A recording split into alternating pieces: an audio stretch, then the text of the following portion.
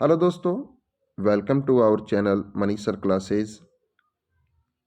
आज हम क्लास 8 के कुछ मोस्ट इम्पोर्टेंट क्वेश्चन को डिस्कस करने के लिए जा रहे हैं, जो तुम्हारे final exam and half yearly exam के लिए काफ़ी मोस्ट इम्पोर्टेंट क्वेश्चन है।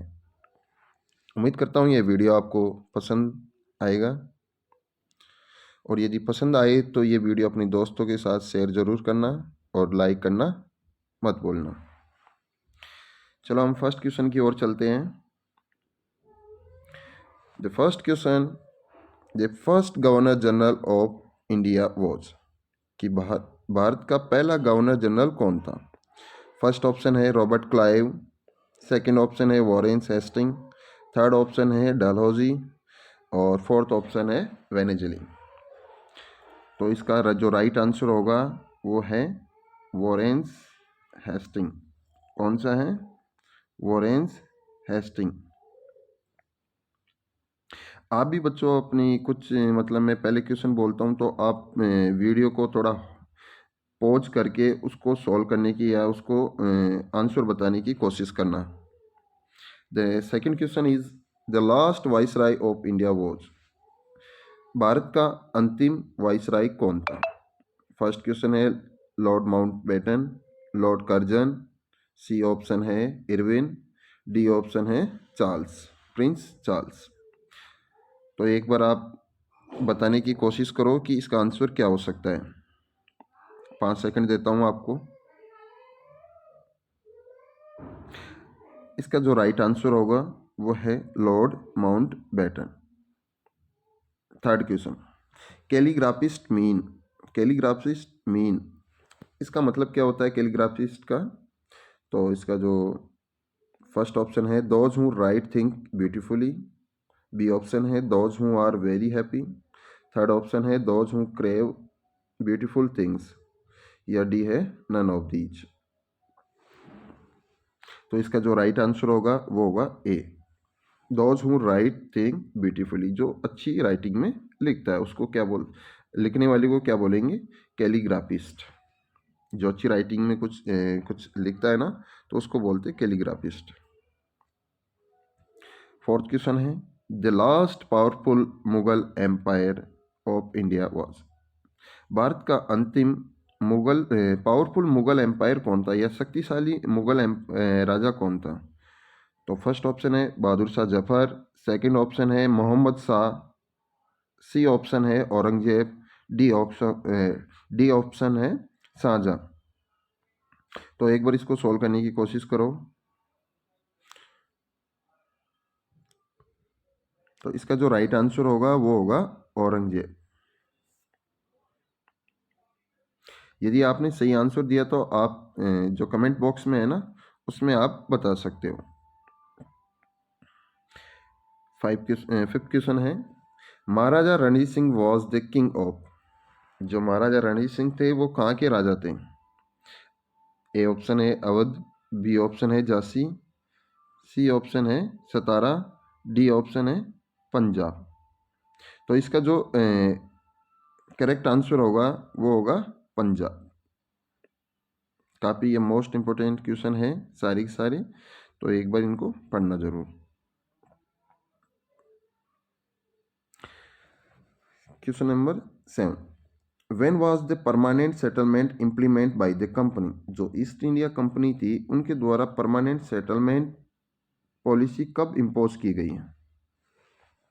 फर्स्ट ऑप्शन है 1793, सेकंड ऑप्शन है 1802, सी ऑप्शन है 1822 और डी ऑप्शन है 1818। तो इसका जो राइट आंसर होगा वो होगा ए, 1793। क्वेश्चन नंबर 8 है, jhum cultivator are mainly found in, जो जूम कल्टीवेट जूमिंग खेती होती है वो कहाँ पर पाई जाती है, कहाँ पर करते हैं। जो जूम कल्टीवेटर्स एग्रीकल्चर है वो कहाँ पर करते हैं, जिसका नाम मतलब जो एग्रीकल्चर करते हैं जिसका मेनली नाम जूम कल्टीवेट के नाम से जाना जाता है, वो एरिया कौन सा है। तो फर्स्ट ऑप्शन है साउथ इंडियन, दूसरा सेकंड ऑप्शन है वेस्टर्न इंडिया, थर्ड ऑप्शन है north east and central India. D option है नॉर्थ इंडिया। तो इसका जो करेक्ट आंसर होगा वो होगा C, north east and central India.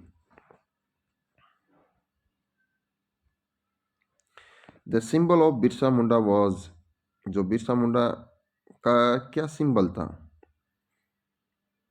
तो फर्स्ट ऑप्शन है रेड फ्लैग, सेकंड ऑप्शन है ग्रीन फ्लैग, सी ऑप्शन है सेफ्रॉन फ्लैग, डी ऑप्शन है वाइट फ्लैग।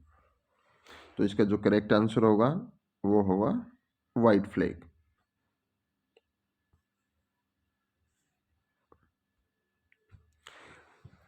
क्वेश्चन नंबर 10 की ओर चलते हैं। क्वेश्चन नंबर 10 है, where did Bahadur Shah Zafar die? कि बहादुर शाह जफर कहाँ पर, बहादुर शाह जफर की मृत्यु कहाँ पर हुई? फर्स्ट ऑप्शन है Rangoon, second option Delhi, C option है आगरा, डी ऑप्शन है अहमदाबाद। तो इसका जो करेक्ट आंसर होगा वो है रंगून। क्वेश्चन नंबर 11 है, Banaras Hindu college was establish in. Banaras college की स्थापना कब हुई? फर्स्ट ऑप्शन है 1781, सेकंड ऑप्शन है 1791, सी ऑप्शन है 1801, डी ऑप्शन है 1830। तो इसका जो करेक्ट आंसर होगा वो होगा बी वाला। क्वेश्चन नंबर 12 है, मैन मेड रिसोर्सेज इंक्लूड, कि मानव के द्वारा बनाए गए रिसोर्सेज कौन कौन से हैं? तो ऑप्शन देख के आपको पता लग जाता है। फर्स्ट ऑप्शन है ब्रिज, सेकंड ऑप्शन है रोड, थर्ड ऑप्शन है मशीन, डी ऑप्शन है ऑल ऑफ अबव। ह्यूमन के द्वारा बनाई गई सारी से ब्रिज रोड एंड मशीन, ये तीनों ही किसके द्वारा बनाए जाते हैं? मैन मैन के द्वारा या पीपल के द्वारा बनाया जाता है। तो इसका जो करेक्ट आंसर होगा all of the above. What percentage of the earth is covered with land, कि अपनी पृथ्वी के ऊपर कितनी लैंड है? तो हमें पता है अपनी जो अर्थ है, अर्थ के ऊपर 70% तो क्या वाटर है और 30% क्या है, लैंड है। तो इसका जो करेक्ट आंसर होगा वो होगा B. Which planet is known as water planet, किस प्लेनेट को हम वाटर प्लेनेट बोलेंगे? जहाँ पर ऐसा प्लेनेट बताओ कि जहाँ पर हमें वाटर मिले। हमें पता है टोटल अपने 8 प्लेनेट हैं, उनमें से एक प्लेनेट पे आपको वाटर मिलेगा। तो इसका जो राइट आंसर होगा वो होगा अर्थ। क्यों अर्थ पे ही क्या है वाटर, अर्थ को ही क्या बोलते हैं, वाटर प्लेनेट बोलते हैं, क्योंकि यहाँ पर वाटर अवेलेबल है। क्वेश्चन नंबर 15 देखो, Tata iron and steel company limited was started in, जो Tata iron and steel company है वो कब स्टार्ट हुई? तो फर्स्ट ऑप्शन है 1901, सेकंड ऑप्शन है 1907, सी ऑप्शन है 1917, डी ऑप्शन है 1927। तो इसका जो करेक्ट आंसर होगा वो होगा B 1907। Sudha dairy is, question number 16 है, सुधा डेयरी इज, जो सुधा डेयरी है वो किस प्रकार की डेयरी थी? फर्स्ट ऑप्शन है public undertaking, second foreign undertaking, C option है कोऑपरेटिव अंडरस्टैंडिंग, और डी है जॉइंट सेक्टर अंडरटेकिंग। तो इसका जो आंसर होगा वो कोऑपरेटिव अंडरटेकिंग डेयरी है। क्वेश्चन नंबर 17 है, millets and coarse grains ground in Indian include, जो मिलेट्स वाली क्रॉप होती है वो कौन सी होती है? तो फर्स्ट ऑप्शन है जवार, सेकंड ऑप्शन है बाजरा, सी ऑप्शन है रागी। ये बाजरा है यहाँ पर, और तो देखो ये तीनों की तीनों क्या है, मिलेट्स वाली क्रॉप है, तो ऑप्शन डी हो जाएगा इसका correct answer, option D all of the above.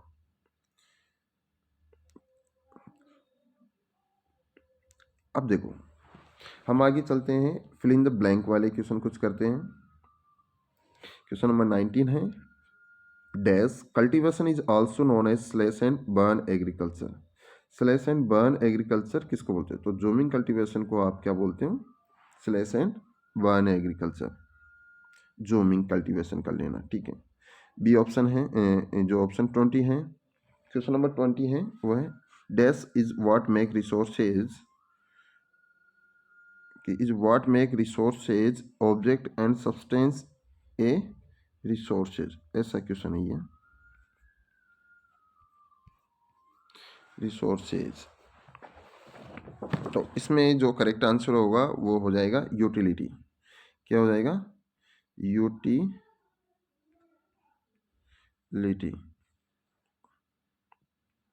First 19 zooming cultivation कर लेना, इसमें यूटिलिटी कर लेना। बैलेंसिंग द, जो क्वेश्चन नंबर 21 है, balancing the need to use resources and also conserve them for the future is called sustainable development. क्या आएगा? Sustainable development. Sustainable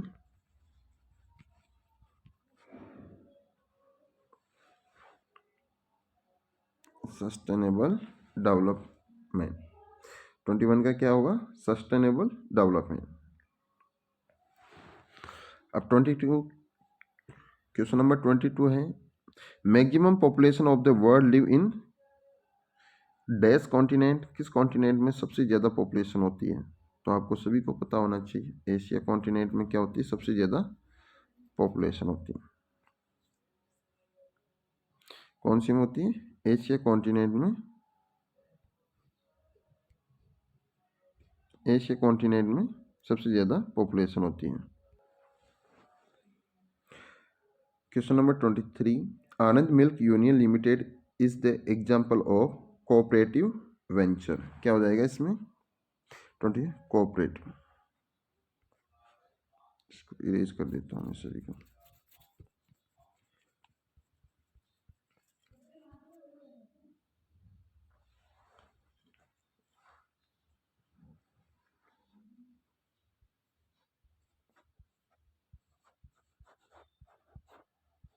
cooperative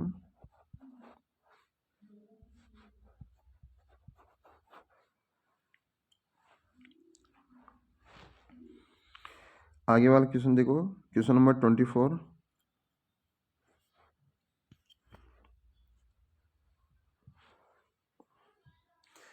question number 24, in dash a terrible famine killed 10 million people in Bengal.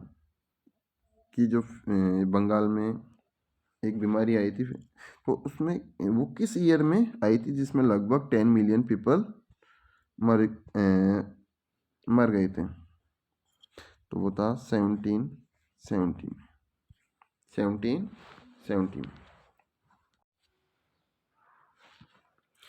तो जो question number 26 है, to preserve important record days were there. जो important record होते हैं वो कहाँ पर रखे हुए हैं? प्रिजर्व कहाँ पे है? वो है म्यूजियम में। कहाँ पे? म्यूजियम में।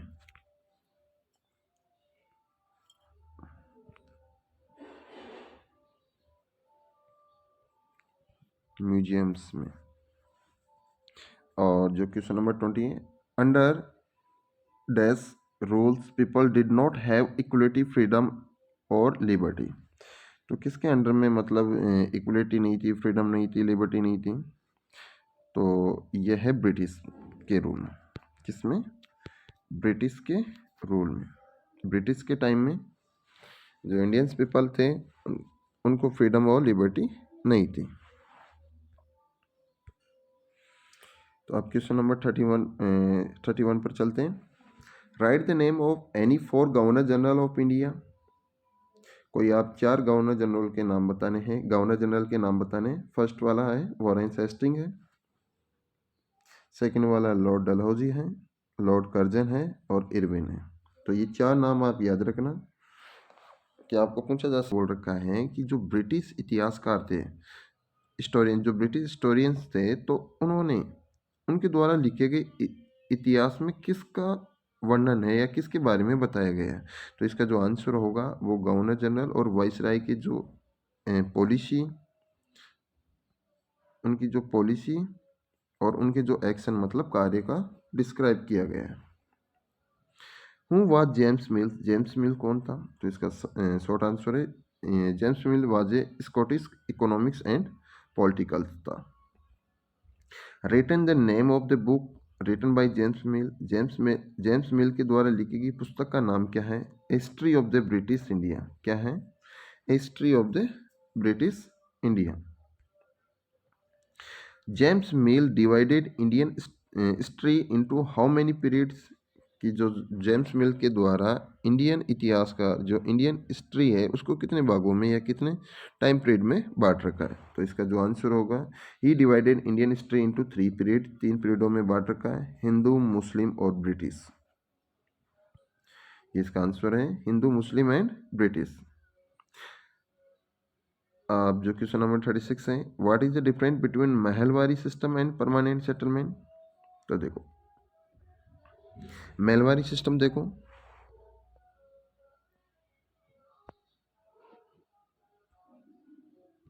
महलवारी सिस्टम देखो, it was introduce by Holt McKenzie.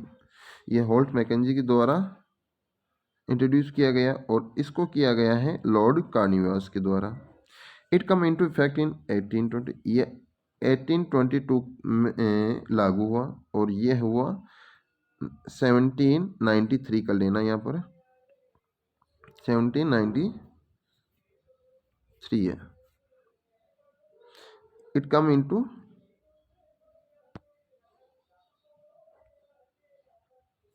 इसकी जगह 1793 का लेना, ठीक है। देखो अब मेलवारी सिस्टम में देखो, Mahalwari system the revenue was not be fixed, इसमें कोई फिक्स नहीं थी, इसमें फिक्स रेवेन्यू आती थी। इसको कलेक्ट करने के लिए गांव का हेडमैन होता था, इसको कलेक्ट करने के लिए विलेज का जमींदार होता था। एक बार फिर से देख लो, मेलवारी सिस्टम और परमानेंट सेटलमेंट काफ़ी इंपॉर्टेंट क्वेश्चन है।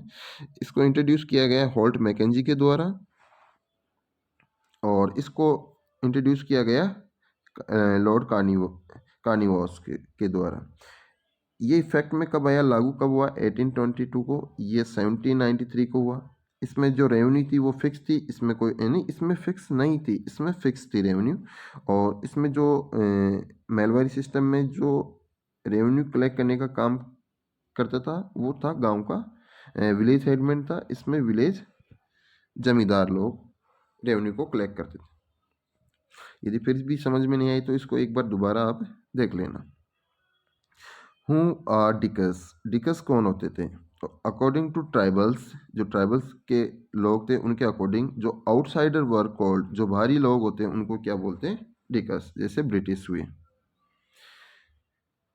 व्हाट इज वेटिकल्चर, वेटिकल्चर क्या होता था, तो कल्टीवेशन ऑफ ग्रेप्स को ही क्या बोलेंगे, वेटिकल्चर बोलेंगे। नेक्स्ट क्वेश्चन देखते हैं कि what does the federalism mean, what does the federalism mean, federalism mean का क्या होता है, इसका मतलब होता है federalism refer to the existence of more than one level of the government in a country, कि एक कंट्री में एक से ज़्यादा लेवल हो। जैसे अपने क्या होते हैं, सेंट्रल गवर्नमेंट होती है, स्टेट गवर्नमेंट होती है और लोकल गवर्नमेंट होती है। तो जिस कंट्री में एक से ज़्यादा लेवल हो ना, तो उस कंट्री को हम फेडरलिज्म कंट्री बोलेंगे। ये इंडिया भी क्या है, फेडरलिज्म कंट्री है, क्योंकि इसमें सेंट्रल गवर्नमेंट भी होती है, स्टेट गवर्नमेंट भी होती है और लोकल गवर्नमेंट भी होती है। तो इसमें तो एक से ज़्यादा लेवल हो गए गवर्नमेंट के, तो हम इसको क्या बोलेंगे, फेडरलिज्म। एक बार वापस देख लो, federalism refer to existence of the more than one level of the government in a country is called federalism. What do you mean by the secularism, secularism का मतलब क्या होता है, देखो सेकुलर स्टेट, देखो secular state is one in which the state does not official promote any religious as a state reason. इसका मतलब ये हुआ कि कोई भी स्टेट पर्टिकुलर किसी रिलीजियस को प्रमोट नहीं करेगा, उसको क्या बोलेंगे, सेक्युलरिज्म बोलेंगे। Name the 3 branches of government in India, देखो जो गवर्नमेंट है उसके 3 ऑर्गन होते हैं, फर्स्ट वाला लेजिस्लेचर होता है, सेकंड वाला एग्जीक्यूटिव होता है, थर्ड वाला जुडिशरी होता है। तो ये 3 आपको नाम याद रखने हैं, ये गवर्नमेंट के क्या होते हैं, पार्ट होते हैं। तो what do you mean by the resources, resources क्या होता है, इसके जो डेफिनेशन है वो है anything that can be use to satisfy a need a resources, कि कोई भी ऐसी चीज़ जो आपकी आवश्यकताओं को कंप्लीट करती है और कोई भी चीज़ का यूज़ करने के बाद में आपको ऐसे मान लें सेटिस्फाई होती है, तो वो चीज़ रिसोर्सेज होती है। तो anything that can be use to satisfy a need is a resources. तो इसको भी लर्न कर लेना, काफ़ी इंपॉर्टेंट क्वेश्चन है। How many type of the resources, कितने टाइप के रिसोर्सेज होते हैं, ये अपने फर्स्ट चैप्टर से 3 टाइप के रिसोर्सेज होते हैं, natural resources, human made resources और ह्यूमन रिसोर्सेज, इनको भी लर्न कर लेना आप। व्हाट इज बायोस्फीयर, बायोस्फीयर क्या होते हैं, देखो एक अपने हाइड्रोस्फीयर होता है, इसको एक